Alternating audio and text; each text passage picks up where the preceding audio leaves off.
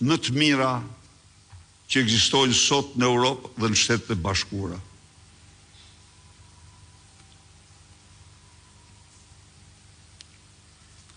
Ne ndodhemi në kushte të vështira dhe shumë të vështira. Ndodhemi në kushte kur zgjedhjet janë zëvendësuar me farsë elektorale. Dhe kjo përbën fatkeqësinë më të madhe politike kombëtare. Kjo përbën mekanizmin e diktaturës autoritare.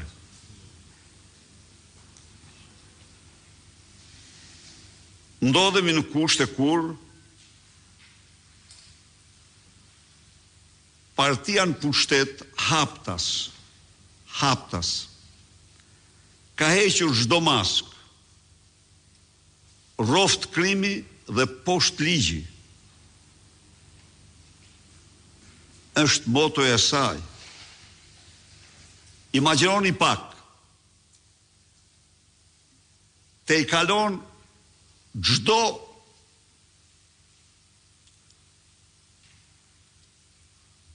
novel, çdo roman të realizmit fantastik,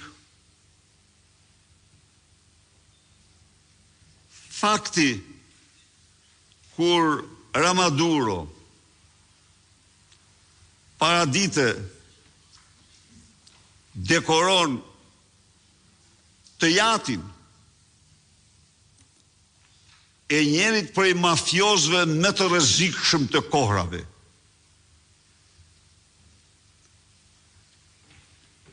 Ka patur Italia Totorino, po Totorino s'ka kontrolluar kur qeverinë dhe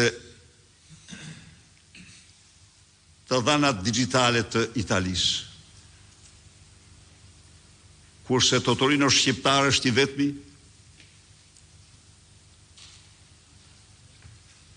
mafioz në Europë që kishte në dorë gjithçka në këtë vend.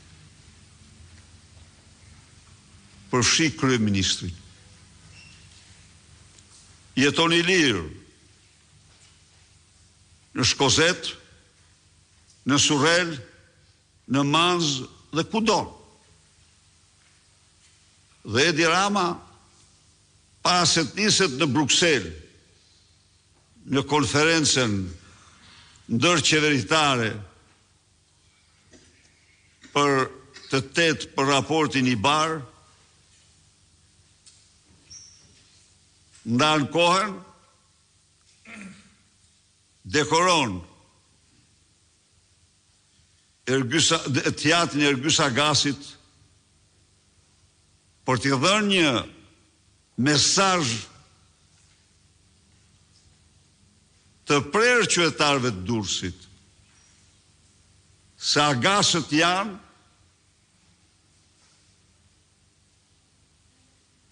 fisnikëria e partisë krimit,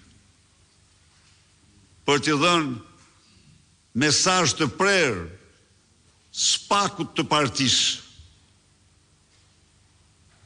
se Agasët janë shtylla e partisë. Në momentin kur ai dje fliste në Bruksel, kur deklaronte se ne jemi fanatik të Bashkimit Evropian, sekretarit i përgjithshëm me porosit të tij i dorëzonte dekoratën e partisë Jürgen Çyrbes, informatorit të një vrasësi serial, të faktuar, të dokumentuar. Pra, atje shprehej për fanatizëm ndaj integrimit. Në Durrës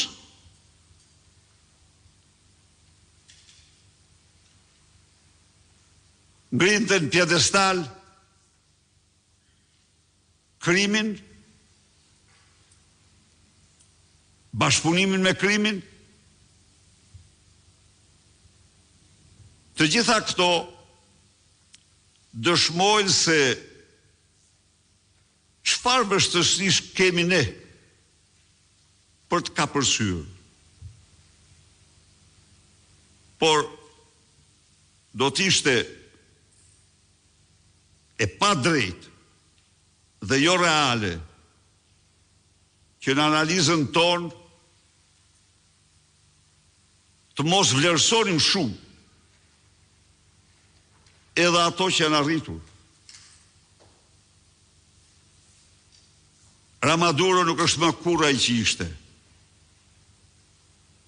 Ai është një plagosur, edhe është i plagosur në mënyrë përfundimtare.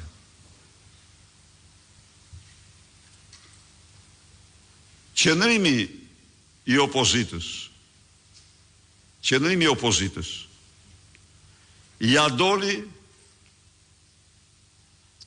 të argumentoj farsën elektorale apo të theme fjalë tjera në qoftë se marrim parasysh përcaktimet e Komisionit Jashtëm Parlamentit Evropian, por dhe përcaktimet në raportin Koela, tani raportin Ibar, farsa elektorale e Shqipërisë nxin me shëmtinë më të madhe. Çfarë do thotë kjo? Kjo do thotë që